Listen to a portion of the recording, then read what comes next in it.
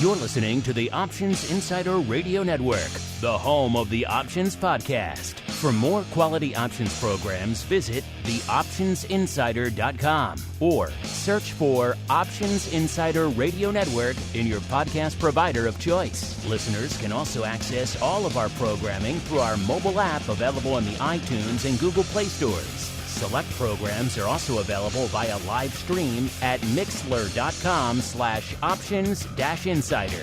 That's mixlr.com/options-insider. Don't forget to follow along with your favorite programs and submit your own questions for the hosts at twitter.com/options, stocktwits.com/options, facebook.com/theoptionsinsider, or via questions at theoptionsinsider.com.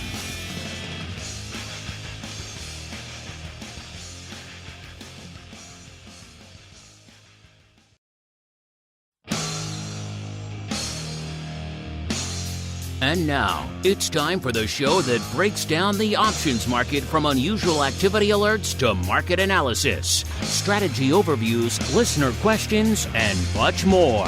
If it involves puts and calls, then our all-star panel will break it down. It's time to hit the Option Block with your host, Mark Longo from the Options Insider Media Group, and co-hosts, Uncle Mike Tusaw from St. Charles Wealth Management, along with Mark the Greasy Meatball Sebastian and Andrew the Rock Lobster Giovinazzi from OptionPit.com. And now, get ready to hit the Option Block. All right, everybody. That music means it's Monday. Time to fire up those machines, turn those machines back on, because it is time once again to kick off another broadcast week with everyone's favorite bi-weekly source for all things options related. Yup, time for the old OB. My name, of course, Mark Longo from the OptionsInsider.com, as well as from the network upon which so many of you folks have been calling home now for over 18 years. Crazy. Wild to say that out loud. Some of our newer listeners were kind of just born when the network was launching. So we're just maybe a few years old. So we run the gamut out there in the audience. We love you all out there. Remember, if you want to go above and beyond, you want to check out the pro Q&As, you want to check out the official after party of VolViews, known as Options Oddities. Oh, it's already March 31st as well. So you definitely want to get your name in the hat today for the March Pro Trading Craze. Only one place to go for all that fun, early access to stuff, live streams, goodies, giveaways, cool opportunities to rib the rock lobster, none other than the optionsinsider.com/pro. Check it out. I think you're going to like it as we see who's joining us on the old Monday program. I just mentioned him, so we are joined today by the rockingest of lobsters, Mr. Andrew Giovinazzi from OptionPit.com, as well as by the uncleest of Mikes, Mr. Uncle Mike Tusaw from St. Charles Wealth Management. I mention them both now because it is time to kick off our broadcast week in high style. Gentlemen, put your hands on your buzzers. It is time for our 80s Trivia Challenge. Here we go. All right. As requested, we are using the vintage official 1980s Trivial Pursuit edition for all of our questions, so no one can accuse me of any bias or leaning towards pro wrestling or anything else that is Uncle Mike friendly. The card dictates, and the loser in the contest gets to choose the color, and he did get a point last week, which was a rare victory for him. He is still, I do believe, a half point behind. I will have to go dig up to see the exact margin, but he is still losing, which means the Rock Lobster, once again, sir, you get to choose your color. What are you feeling? You feeling blue, pink, yellow, brown, green, or orange? I'm thinking yellow. Was yellow geography? I can't remember. Blue is geography, yellow is history. Yellow's history. Okay, we'll do history. Yep. All right. Yellow's history. Get your hands on your buzzers, gentlemen. Here we go. All right. Oh. What does Richard Nixon have on the left side of his scalp from forehead to neck? A scar. Oh, you buzzed. You buzzed too. Okay, good.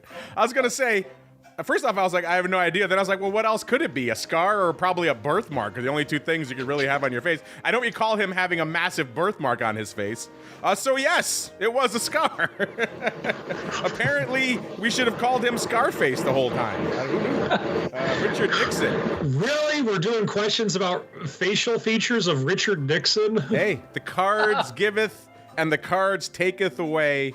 This week, Uncle Mike, the cards taketh away. Maybe make a note of it officially now. I do believe it is possible, Mr. Rock Lobster. With that point, you might be in the lead. I will have to have our producers confirm for sure. I think you have taken a half. I'll tell you what. Lead. Is hell freezing over? That's what I want to know. Richard Nixon's scar. And Eureka. Now this is definitely. It's a lot easier than figuring out who the heck Sergeant Slaughter is, but I guess Tucson would disagree with that. I mean, those are fair questions. Richard Nixon facial features. I mean, oh boy. Some of these are on the surface difficult, but when you think about them, kind of obvious. Like Amen was kind of obvious. This one, you think about it, is kind of obvious. What else can you have on your face? A freckle, maybe? A big freckle. So it's got to be a scar. So I don't remember what the scar was from, but it kind of gave him that weird appearance, like that sort of caved everyone in half knows of the face in there. his early days, Richard Nixon, hardcore knife fighter. We all know this. And so he bears the scars of his early trade, listeners. There you go. Listen, did you get that one? An intriguing one, if ever there was one, as we keep on rolling into the trading block. It's time to break down the latest topics, trades, and trends in the world of options. It's time for the trading block. All right, everybody. Let's get down to business here. And it seems like if you're in the Uncle Mike camp, you might be getting a little bit of a reprieve on the business side, because coming into the start of the show, well, before we get there, of course, last week we saw a kickoff to the week, a resounding rally, as we saw perhaps a ray of sunshine, a glimmer of détente in the trade wars. And then as the week went on, everyone's like, nope, F you, auto parts and everything. And then the market just fell out of bed. Vol went back up. And now kicking off the week this week, listeners, we kicked off below the 5,500 level in S&P. So you know Uncle Mike and his cabal, they were sweating. I know they put out the call. They sent out the newsletter saying, what's going on, guys? You're not buying enough. Because after that, Uncle Mike sent out his newsletter, the market turned around. We rallied from about 54.94, so off over 0.5%, to now we're about 55.67. So back north of the 5,500 level, listeners. Think about that. Just a few sessions ago, we were talking about folks paying anywhere from $11 to $14 for 0-day 5,700 calls in the S&P. We are far away from that now, and we were below 5,500 earlier this morning. So you were probably paying that for 5,500 puts this morning. So how the market has changed just in a couple of sessions. But you know what? The Uncle Mike crew buying right now is still off on the S&P, but only off about 0.2% right now. So will we tick green even by the time the show is done? We shall see. The Dow was always kind of the oddball today, because the Dow was green even when the S&P and the NASDAQ were really red earlier this morning. The Dow was up about 0.05%. The Dow is now up about 0.4%. And the NASDAQ, they were taking that to the woodshed as well. Let's see. How low did our pals, the Qs, get? They got below 17K, 16,885. Coming in to start the show today, they're still off 1%. But they are north of 17K now, 17,152. So a wild start to the session, let alone the week out there today. All this Sturm und Drang, listeners, translating into a little bit more juice on the screen. As we were kicking off the show, we were at a 22.25, puts us up about 3.5 points. As of right now, it's about 22.5, which puts us up about 3.75 points in VIX since the Thursday show. VVIX at the sit up and pay attention level of 103, listeners, up a whopping 12 points from our last show. So a lot going on out there. We will start with, once again, 2 weeks in a row, the winner of our trivia contest. I guess if you have any enduring memories of Richard Nixon's facial scar, by all means have at it. And then B, what's catching your eye? And looks like we got a little bit of a turnaround in session, sir. Well, some of my students were reminding me that this is the end of the quarter today. That end of the quarter, yes. for quarter end, like JP Morgan has their big, whatchamacallit? That big roll. The big roll, yes. Well, those puts were $40 this morning, and they're on their way to being worth nothing right now. That's amazing. So, yeah, zero. Yeah, we're having quite a turnaround here. So, I mean, ultimately, what SPX is down how much for the year? What are we down? 5% for the year? We opened the year 59.20, and we're trading. We are down 5.09% right now, sir. How much? 5.09? Yep. Yeah. And again, they're trying to do some restructuring of trade agreements, restructuring the government. Nobody knows how it's going to turn out. It is causing a lot of confusion, probably with suppliers, about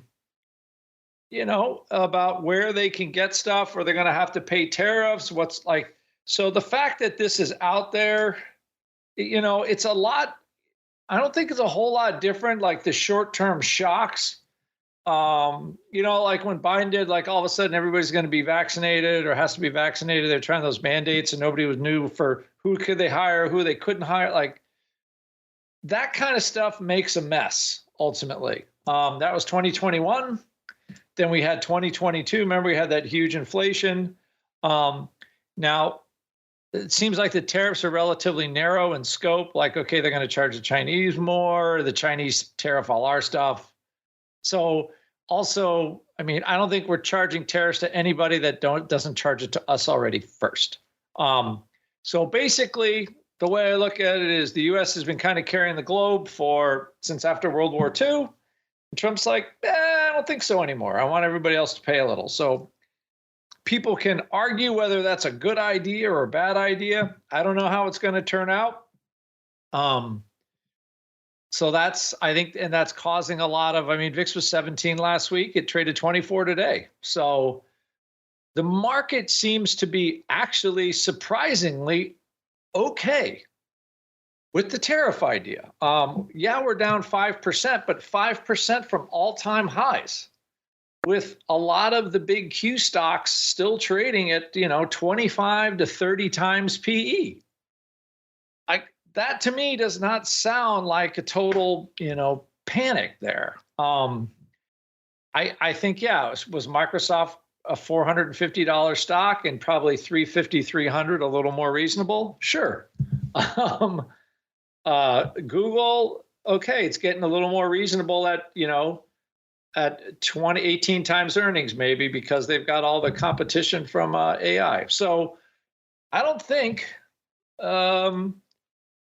I think the reaction is just everybody's like, oh, the market's down. Well, it happens. So anyway, I'm interested in Tucson's take, but ultimately, April 2nd is, Liberation Day for the tariffs. And we'll see how we go from there. But this morning looked kind of ugly. And as of right now, VIX is up basically just weekend adjusted. But it did look like it wanted to just sort of fall apart this morning. And everything stopped. So, you take that with what it's worth. But I do believe the market is going to get by this faster than we think, because once they're out there, we're going to know what they are. And then people will adjust from there. But one way or another, the U.S. government's got to stop spending money or start raising more money. That's all I know, because can't keep, you can't keep doing what they're doing. It's both sides, Democrats, whatever, Republicans, whatever. They got to pull their heads out and get back. They got to get back to like the late 90s. You had Clinton, you had Newt Gingrich. You came to an agreement. They, cut spending, raise a little taxes, whatever. And things work pretty good. Right now, it just seems like COVID blew the whole lid off of spending with Congress. Like there's no self-control at all. And somehow we got to get it back. So And I think the market is still trying to, digest and deal with all this. That's where we are. That's where we are indeed. You're right. We only are off 5% from the highs. So you put that in context from the last couple of years, and it doesn't look as much like the sky is falling. We're still seeing the, hysterical headlines. We were giving Market Watch a hard time last week. Let's just do it again. I'm looking at it right now as we're talking. Big headline here on Market Watch. I invested $100,000 in the S&P in February. I've lost $10,000. How long will it take to recover? Well, first off, you lost 2x what the S&P has lost. So maybe you're in a levered S&P fund, but I don't know how you lost 10% when the S&P is off 5. But I digress. Maybe he bought the absolute high, in which case that could, I guess, supposed to be. But what are you doing putting $100K in the S&P in February right now without calling Uncle Mike first to talk to you about how to protect it anyway? So that's on you, person who is now freaking out there. But I digress. Mr. Uncle Mike, sir, first off, congrats on putting the newsletter out early this morning, getting the cabal to turn this thing around. And what are your thoughts on as we're starting to trend in your direction today, sir? Well, I mean, I think it's a good sign in that we haven't had, it's either a good sign or a bad sign that we haven't had just the royal flush out in this market. We did have the, we have had the move with which it's come down 10% from all-time highs.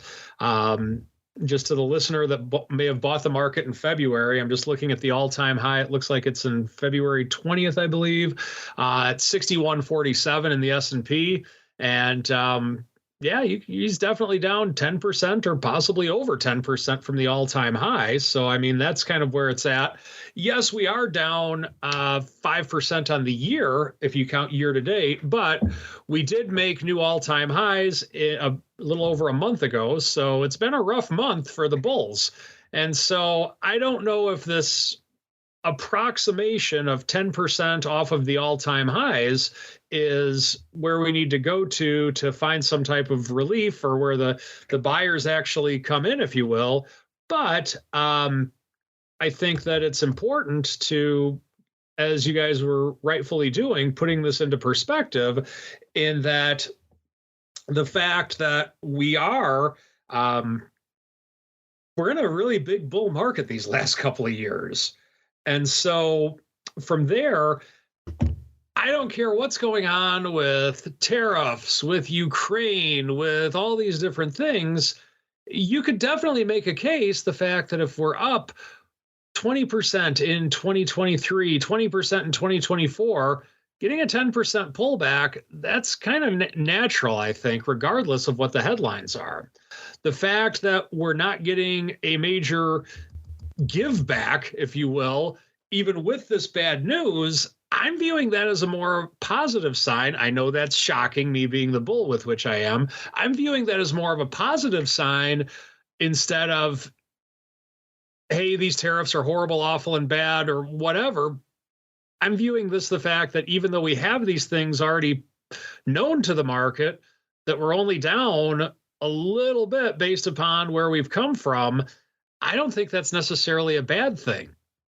Combine that with the fact that we have bonds that are relatively stable. We're not getting any type of craziness in the bond market right now to either the upside or the downside. We are getting a little bit of a rally in silver. We are getting rallies in gold. So the precious metals are rallying. So we are getting that. I think that's a sign of inflation. But I mean, if you just look at how much of this market is based upon a technical pullback and how much of it is based upon just the craziness that has been happening, just looking at a chart of Tesla, and we don't own any Tesla in any of our portfolios at RCM, so please don't come and throw bricks through our office windows or anything, but I'm just saying this to illustrate a point. Tesla was at 488 in December. Tesla got as low as 230. It's at 254 right now as I'm looking at this. Regardless of what your political ambitions are, your political opinions are, when you have stocks that just take a royal bath like this, you're going to get a little bit of a pullback in the overall market. Combine that with other ones such as like NVIDIA, for example. It was at 150 at one point earlier in the year. Now it's at 105. A few stocks made this market go tremendously to the upside, and it's a few stocks that are dragging it down right now. So keep it in perspective with everything, because if these stocks that have been getting sold off, the FANGs, the Magnificent Sevens, if these levels will attract buyers, there's other stocks in the market that have not gotten beat up quite so badly, and 2025 could end up being a very big year. So it's important to, yes, you need to be well protected and be hedged in the hedged section of your portfolio. You need to ride things out in the buy and hold section of your portfolio. But the thing that I think is important for all of our listeners to understand is you need to have a good perspective and understand the full picture of what's going on. And that's what's going on. Let's see what's going on out here in the rest of the market, shall we, listeners? Let's go out to VIX land first, listeners. And is VIX having a banger? Is it asleep at the wheel again? What's going on out here in VIX land? Well, luckily you came to the right show to find out, listeners. VIX actually, compared to some of our last few shows on vol views when it was struggling to get north of 300K halfway through the show, we were a little bit better than that, a little bit more respectable. 460 on the tape right now. The ADV kind of holding firm at 1.14 million right now. And looking at big dog prints out there today, looks like the most active contract out there in VIX land. We got 30,000 of the April 25s, followed by 20,000 of the April 19 puts. Looks like also we got a May 25.50 vertical going up for about $1.48 out there. That's kind of an interesting one. It seems like paper maybe selling that. Now there is some OI on some of these strikes, so they could be bailing out there. But I suppose that could be maybe an intriguing flash pull. Maybe we'll get to that later if we have a little bit of time out there. But VIX right now, 460 on the tape, followed by SPY, listeners. Is SPY on fire out there today? The answer is yeah, it's doing pretty good. 6.8 million contracts. This used to be the point of the show where we would expect, 4.25, 4.33, maybe 4.5 million. So quite a bit north of that. The ADV, that used to be when the ADV was also around 8 million. Now the ADV is 11 million. So we got a different ball game out there. But either way, SPY seems like it's poised to hit it today. Nearly 7 million contracts on the tape already. The S also no slouch. We all know the S in either of its flavors, the SPY, the S, whatever you want to call it out there. The S&P 500 loves itself a little bit of whipsaw intraday action. We are seeing that. So as a result, we are seeing a little bit of paper out there. The S, 2.3 million contracts. The ADV, nearly 3.91 million. So pretty robust day. Both of those well on their way to hitting their ADV today. How are small caps looking? They're looking active, but not quite as hot as maybe you'd expect. The ADV is a little bit north of 1.6 million. They're at 720 right now, so a little bit shy of halfway to their ADV in small caps. And the Qs, once again, hot out of the gate, 3.33 million. That's a lot of threes out there, listeners, in the Qs. The ADV, 5.25 million. So yeah, we're probably going to hit that out there today. So a spicy one across the board. Is it equally spicy in the land of single names? And you know what? Just to be fair, listeners, just because I'm the fair guy that I am, I will make sure that we have up to the minute, up to the second numbers for you folks, just to make sure we don't miss a single contract, so I don't besmirch unfairly. And if you're saying to yourself, hey, self, is it a hot day today? The answer out there, I would say no. It's shy of 250,000 contracts.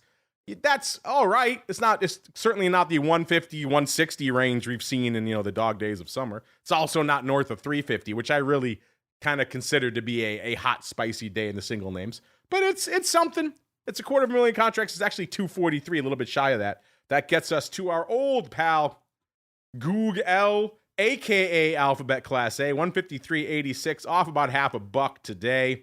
They've had a range of 150.66 to the downside, 154.35. So they've had some range, some action out there today. Right now, number 10, 243. All this range not translating into a ton of paper. You might be forgiven for expecting, 100,000 more to break into the top 10 at least. But we're not there today, listeners. Number 9, my old stomping grounds, a name that's been kind of hot of late, then cold again, then hot again. What is it today? Let's find out. Looks a little bit cold right now. It's Intel, 22 1/3, off about $0.33, or about 1.5%. Range today of 21 3/4 to the downside, 22 double to the upside. Good for number 9. 242 On the tape, number 8, the Monster. Is it monstrous? Is it looking a little bit more scared and puny today? Let's find out. Number 8, the Monster, 244 on the tape. So actually, when we bumped up Google's 243, so actually Intel should be about right around 243 as well, and then 244 for the Monster. So a couple of thousand contracts separating all of our bottom top 10 out here, listeners. But the Monster, number 8, 244 on the tape, listeners. Is it monstrous? 288.84, off about 60 cents, so not even 0.25%. Today it's had a range, though. It's had quite the range. 294.88 to the upside, 272.80 to the downside, so a $22.08 range on the day for the Monster. My goodness. They shellacked it, and then Uncle Mike sent out his newsletter to his cabal cronies, and they just started buying. Well, maybe not MicroStrategy. I don't know if Uncle Mike's cabal cronies are down with buying a little bit. Maybe some of them are. They just don't tell them. They're secret bulls on Bitcoin. Either way, MicroStrategy having quite the day, even though not reflected a ton in the volume just yet. Number 7, AMD, 101 and a third, off nearly $2, about $1.90 out there today. Range on the day, 102.14 to the upside, 98.80 to the downside, coming in at number 7 today. 285 for a good old AMD. Number 6, it's Meta. It still is one of the better performers of the Magnificent Seven. Also one of the few that hasn't been taken to the woodshed as aggressively as the rest. That said, it is coming off some decent highs out there earlier in February. 736. So if you go from year to date, it was 599 to start the year. It's 570 right now. It's only off about 28 handles, a little over, not even 5% compared to a lot of the other names out there. That's actually pretty good. We see a lot of Mag 7, 20-odd%, if not more, to the downside. NVIDIA threatened the par strike. We'll get there in a bit, listeners. But if you go, obviously, to their highs earlier this year, they got all the way from start of the year, 599, all the way up to 736. They had quite the run. Then Valentine's Day, that was it. No love for Meta after Valentine's Day. Right back down to where we are, 570. So now they're losing on the year. Still, again, compared to a lot of the Mag 7, looking comparatively better. But still red on the year right now. Meta, number 6. 303 listeners on the tape for Meta. Number 5, to the fruit company land we go. It's Apple, 119.68, bucking the trend, up $1.80, or not quite 1%. Had a range today of 216.25 to the downside, 221.02 to the upside. So quite the range. Apple off almost 10% year to date. So again, just compare that to Meta out there. And from its high wasn't on February 14th, it was February 25th of this year, 247. If you go back, 52-week high was obviously higher, got up to 260. But yeah, wild times out there in Apple, even though not a ton of paper for them either, number 5. But if we're talking wild times, we got to jump to this one, number 4. This name, I don't even know what really to say about this name anymore. We've kind of said it all. It was threatening the par strike. We were just talking about it the last time we were talking about on the show. It was threatening 100 again. We're like, wow, I guess the bulls are back. More buyers than sellers. All those buyers are gone, listeners. It is Palantir taken back to the woodshed, 258 to the downside, trading 83.25, off exactly 3% today. That said, on the day, it got as low as 78.75. So if you had sold those 80 puts and you were dancing all the way as it ran up to the par strike and you didn't close them out, that's on you. Because we broke through that strike again this morning. Man, if you were buying those par calls also and didn't sell anything against them, it's also on you, unfortunately, because that par strike looks like a distant memory. But then again, it's Palantir. Wait 5 minutes. We could be breaking 90 again. It is a wild beast. Yeah, in the last 5 days, listeners, this name is now off 14 handles, or pretty much 14%, because it was right at the par strike, pretty much. Man, and then it broke the 80 handle in the other direction. Just wild. Wild, this name, what's been going on out here. Number 4, Palantir, 464. Tell you what, let's look really quickly. Let's just look really quickly. I can't help myself. Listen. It's the April 60 puts. 65,000 of these bad boys going up out there today. That's the big dog out there in Palantir. April 60 puts. Very interesting. Followed by number 2, April 80 puts. That one makes a lot more sense. That's a strike we just broke through today. Let's just see really quickly. Is that maybe a bit of a ratio put spread or anything along those lines? Those April 60 puts traded for 67 cents this morning, 18,000 times. That also looks like it might be fun little flash pull out there for all you folks out there. 70 puts traded 212. Looks like 60 puts, looks like they probably were sales. They traded 71 cents. So we could say prices around 70. By the way, these are expiring April 25th, listeners. These are later in April. I say out loud to no one in particular because I'm alone in the studio here, listeners. All right, let's keep rolling. Wow, Palantir. Have you been slinging some Palantir? Fascinating stuff afoot here. Number 4, 468. Number 3, the Amazonians. Can it possibly compete with the madness that is Palantir? Well, it's giving it the old college try today. 188.41 off 4 1/3 or 2 1/4% just today. Had a range today of 189.36 to the upside, 184.40 to the downside. So wild times out here in Amazon as well. Not quite as wild over the last 5 days. It's only off a comparatively paltry 7.5%. Not off the 15% that Palantir is in that same time frame. But similar price level, off about 15 handles or so too. Interesting stuff out there in good old the Amazonians. Number 2, now we jump up quite a bit. Number 3, 478, kind of sleepy. And then number 2, listeners. Number 2 is where we start getting action-packed. Can you guess what it is today? Is it NVIDIA or Tesla? Nope, it is Tesla. If you guessed NVIDIA number 2, you were wrong. 254.42 coming right back down the other way. 913 to the dark side. Easy for me to say, off 3 1/4%.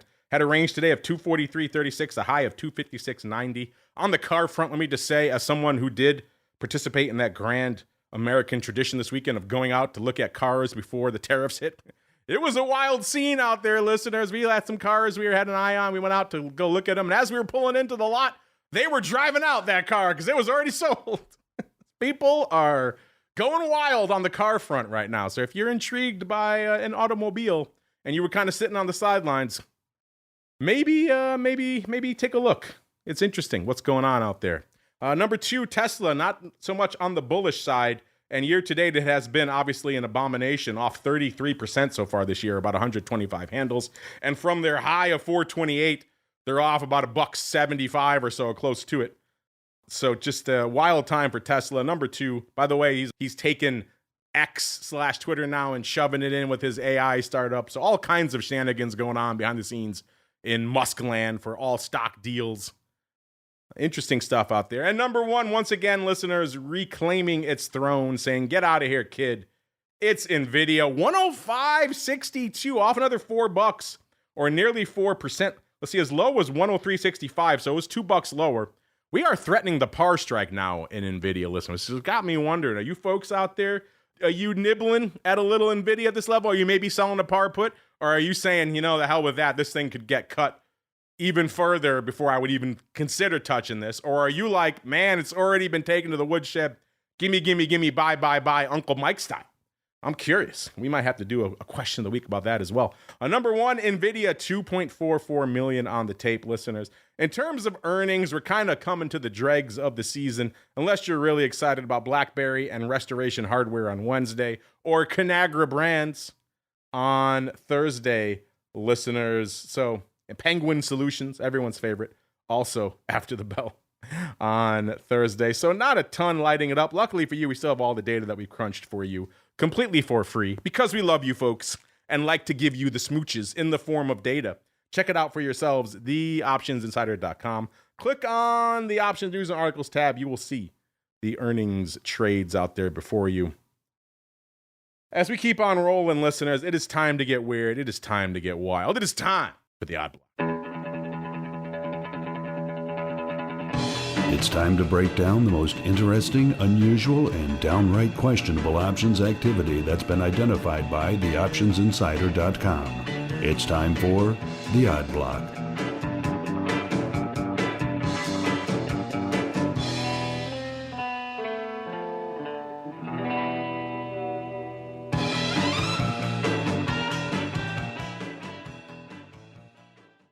All right, everybody. Let's get down to business on the weirdness and the wildness. Mr. Rock Lobster, if I were to ask you to play a little word association, if I were to say to you, our old pal the Wolf, a.k.a. Wolf Speed, the Flowmaster and I had a hell of a lot of fun talking about this name last year. What are your enduring memories of our old pal the Wolf, sir? Isn't this like Memeville from many moons ago? Wolf Speed. Not that long ago, sir. Huh? It wasn't that long ago. Wolf. I can't recall it, which I hate to say, but I can. Well, then I shall recall it for you, listeners. Let's get out there. Our old pal, the Wolf Speed. Remember, wasn't that long ago, listeners. The Flowmaster and I were just having a ball with just the name alone. Wolf Speed. It's absurd. You take two completely dissimilar terms, wolf and speed, and you shove them together because it sounds cool. And you get Wolf Speed. We're like, what does this name even do? They call themselves a semi-wide band. Easy for me to say. Semi. I can't even read it. Listen, wide band gap semiconductor. Should be a couple more hyphens in those words, I think. Wide band gap semiconductor manufacturer. But you do a little bit of digging. Actually, some of our keen-eyed listeners wrote in and say that's the old Cree light bulbs. You're like, oh, by comparison, Wolf Speed sounds a hell of a lot cooler than Cree making their old, LED light bulbs. And as you'll recall, listeners, we talked about it on the show last September and October. The Wolf was just dominating our tape. It was all over the place. Folks could not get enough of the Wolf. Last September 26th, we talked about the Wolf $8 calls. Paper buying them for $1. Flowmaster was profiling them as well. We were like, what's going on in the Wolf? The Wolf is wild. We came back a week later in October. We talked about the Feb 10s when the stock was $7 exactly. Someone said, Feb 10s, I must have you. Give me 2,000 of them for 70 cents, exactly 10% of the price of the stock out there, listeners. It was just a wolf palooza all in that September and October time frame. And maybe if you look at this chart, you'll maybe see why. A year ago, listeners, this stock was trading pretty much $30, $29.90. And it was hovering up there, and then it kind of fell out of bed. Got to about $7.50 or so right in that time frame, that September-October time frame. And then it started rallying. By October, it got up to nearly $16 again. So all those crazy calls we were talking about, we're looking hot, we're looking spicy. Then it fell out of bed. November 20th, back to $6.44. Then they tried to rally it again, December. Here we go. Here comes the Wolf back on our radar. $11.10, nearly doubling. And then that was it, listeners. That was all she wrote. The mighty Wolf, listeners, is no more. The mighty Wolf has been slain, or is on death's door, let's say. Mr. Rock Lobster, today, the mighty Wolf is rallying today. It's gaining 30 cents. It is down sub $3 now, Mr. Rock Lobster. $2.89. So all I could say, Mr. Rock Lobster, is, man, the mighty Wolf has fallen. What paper did we see out there today, listeners? You saying, sub $3? Somebody's got to be loading up on the 3 calls, right? Swinging for the upsides. It's the Wolf, baby. They were just paying 70 cents for the 10s. They got to love the 3s. And the answer is no, Mr. Rock Lobster. They were scrambling to get all the 3 puts they can get. Someone paid nearly $1 earlier this morning with the stock right around here, 98 cents for the 3 puts. So yeah, do the math, listeners. Stopping yourself out at $2.02. They came back. They've been trading hot and heavy all morning. A total of 31,000 of these bad boys going up this morning. But it does seem like, for the most part, paper has been buying these bad boys. So Mr. Rock Lobster, we go from a hot, wild named, super memey stock that people can't buy enough upside on to now they are paying a third of the remaining value of the stock to buy puts, sir. What has happened? How has the mighty Wolf fallen so far, sir? This is, I sometimes I love the data that you get. Like, so Live Vol, I guess they get their data from Thomson Reuters. It says that the Wolf has $10 per cash per share, and the stock's trading for $2.90. Something about that doesn't seem right. Or they got like a ton of debt or whatever. But anyway, yes, it appears that the Wolf has fans, but then the Wolf just doesn't produce. 10 calls for 70. Like, I guess this is also some stuff from last year, but how many times have we seen buyers of the 3 puts get rewarded from their purchase in the last couple years? Much more than you would think. than I would think. So, and again, like the sniff test, these puts are 31,000 are trading right now. 31,000 trade today. So, and they're already trading over $1. So, like day one, buying the 3-level put on a stock and you're making money. Not a lot, but still, that's quite remarkable. Plus, the 4 calls are worth 50 cents. So there is a sizable difference of opinion in this here stock. That there is, listeners. Can you believe how far the mighty Wolf has fallen? Would you be paying nearly $1 for puts on a $3 stock? That does lead into our question of the week this week. It kind of inspired it. We'll get to it in a little bit right now, listeners. But first, let's go out to another new name. I do believe we talked about this one before, but it has been quite a while. This is Dynatrace Inc., ticker symbol DT. This is an American multinational tech company that provides an observability platform to monitor and analyze and optimize application performance. Oh, it's also cybersecurity night. Okay, so they have just a lot of buzzwords. They don't have AI in there, which is interesting. That's the one buzzword they're missing. They have everything else in there. Dynatrace DT trading $46.90 off $1.50 or a little over 3%. So not a great day for them. On the year, though, it's been decent. Well, actually, I take it back. It was better. Not that great right now. They're up $1.16.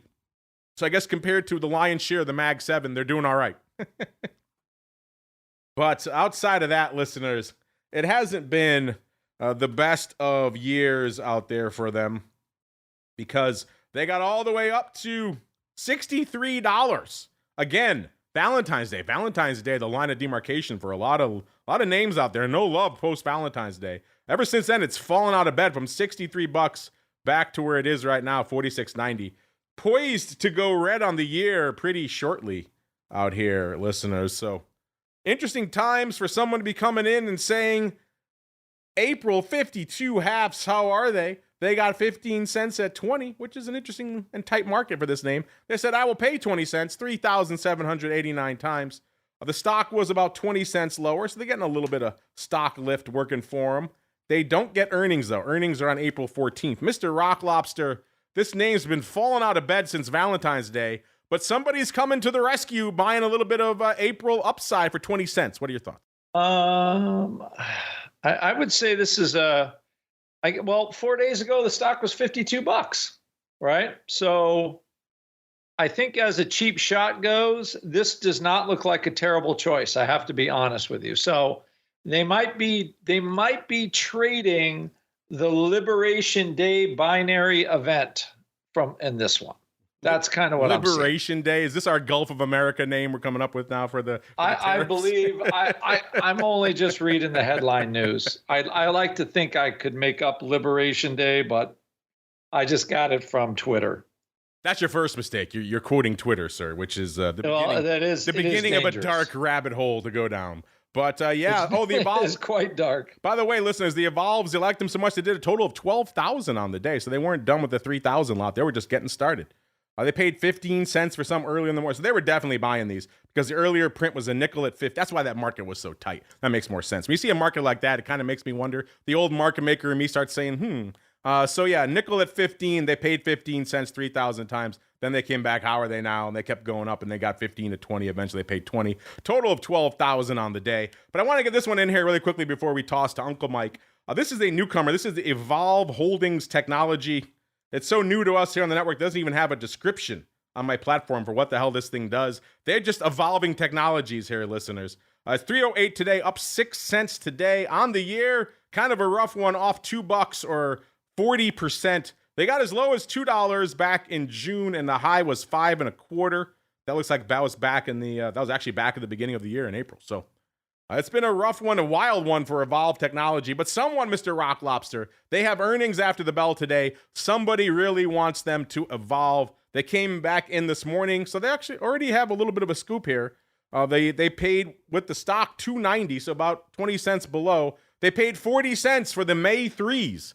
Out of the money, now in the money calls. They did it 1,673 times. That's a 105 vol, so it's not nothing, listeners. They are buying a little bit of duration, but again, you're paying a hefty chunk, but you're getting earnings immediately after the bell today. So we'll know by Thursday whether this was a good trade or not, Mr. Rock Lobster, even though it goes all the way out to May.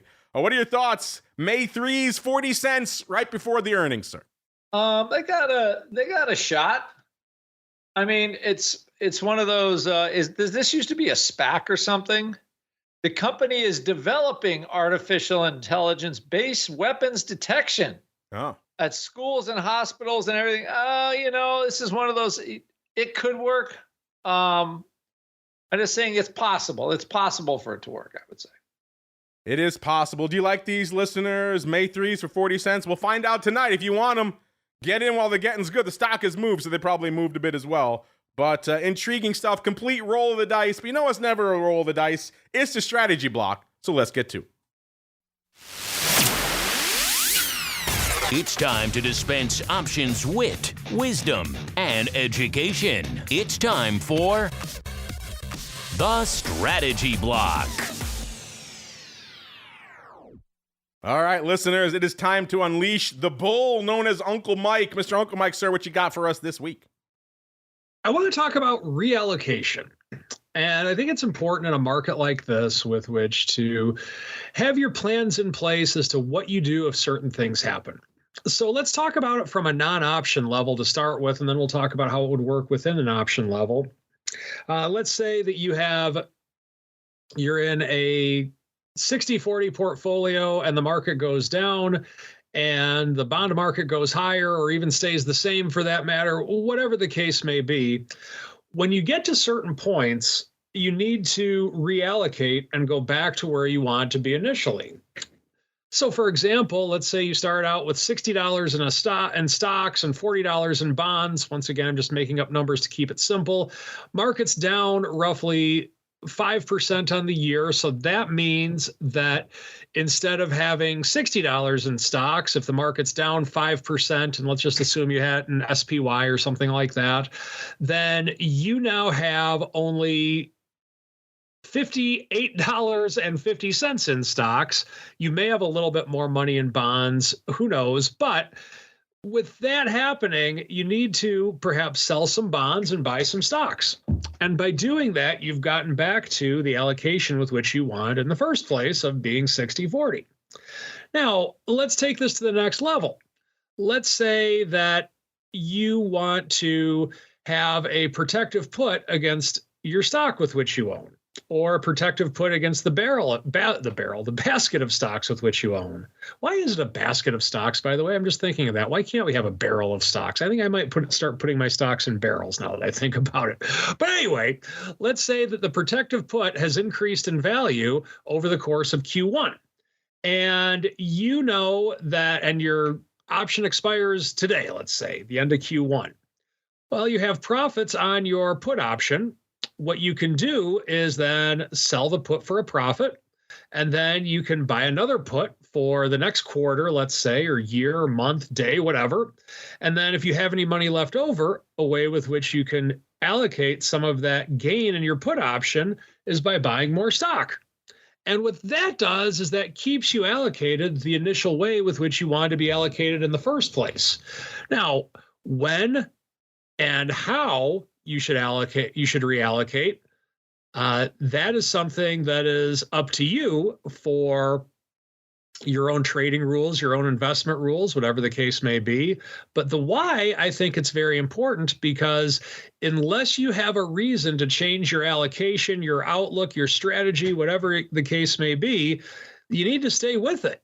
And if you don't have rules in place, once again, the when and the how is up to you. But if you don't have rules in place, then eventually you're going to get away from your strategy.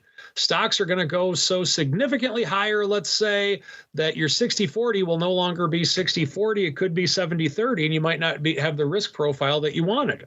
Or let's say that stocks go lower and then you don't reallocate with your rules, they go higher, then you might not be as protected as you want to be with a protective put.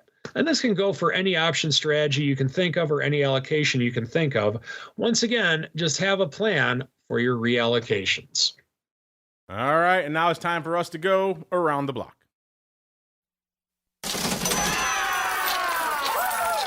It's time to tell you what we'll be watching on our trading screens until the next episode. It's time for Around the Block.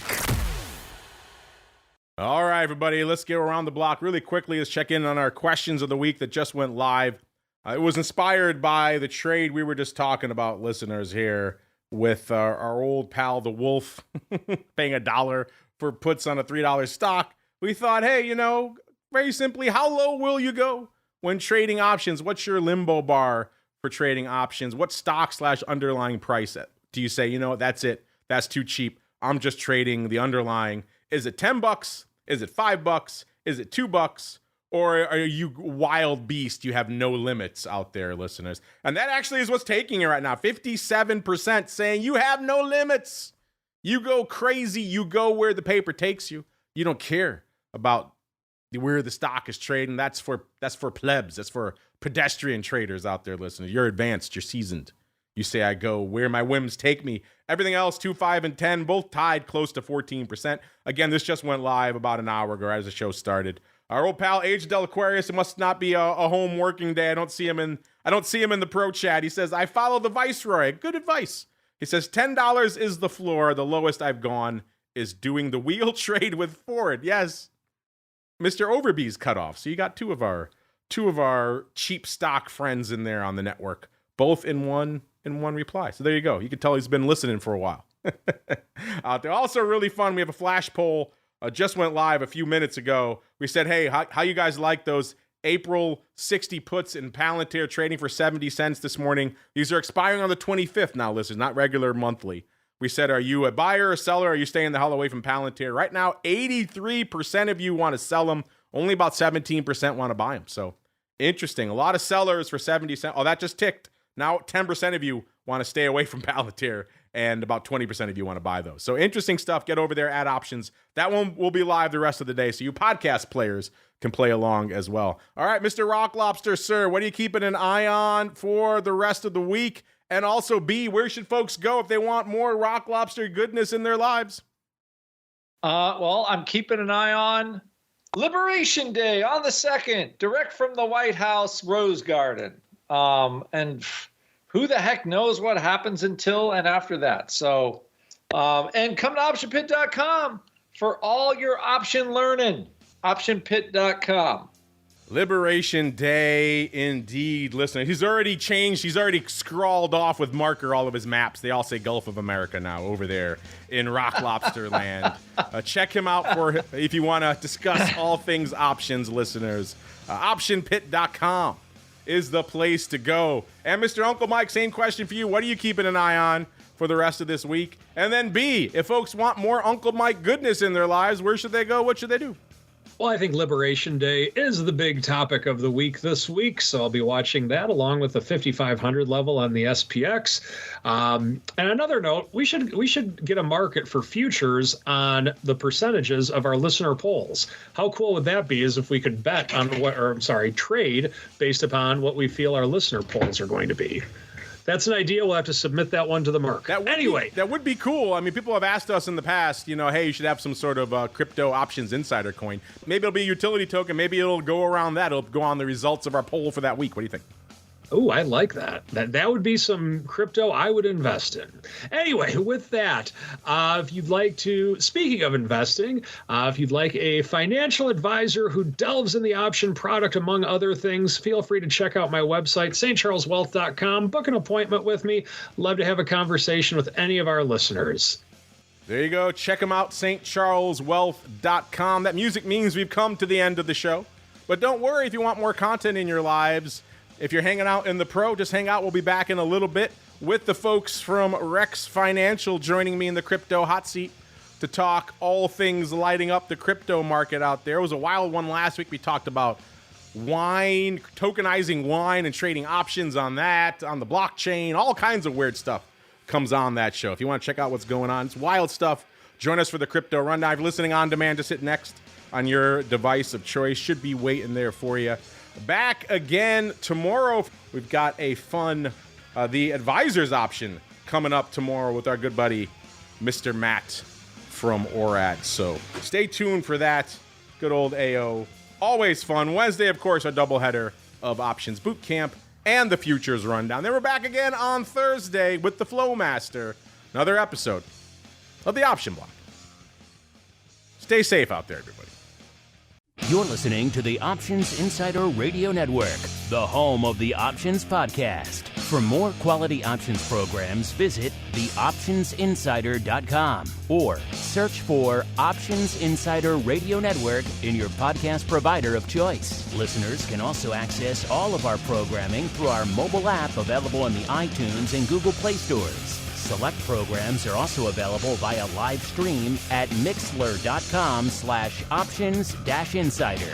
That's mixlr.com/options-insider. Don't forget to follow along with your favorite programs and submit your own questions for the hosts at twitter.com/options, stocktwits.com/options, facebook.com/theoptionsinsider, or via questions at theoptionsinsider.com.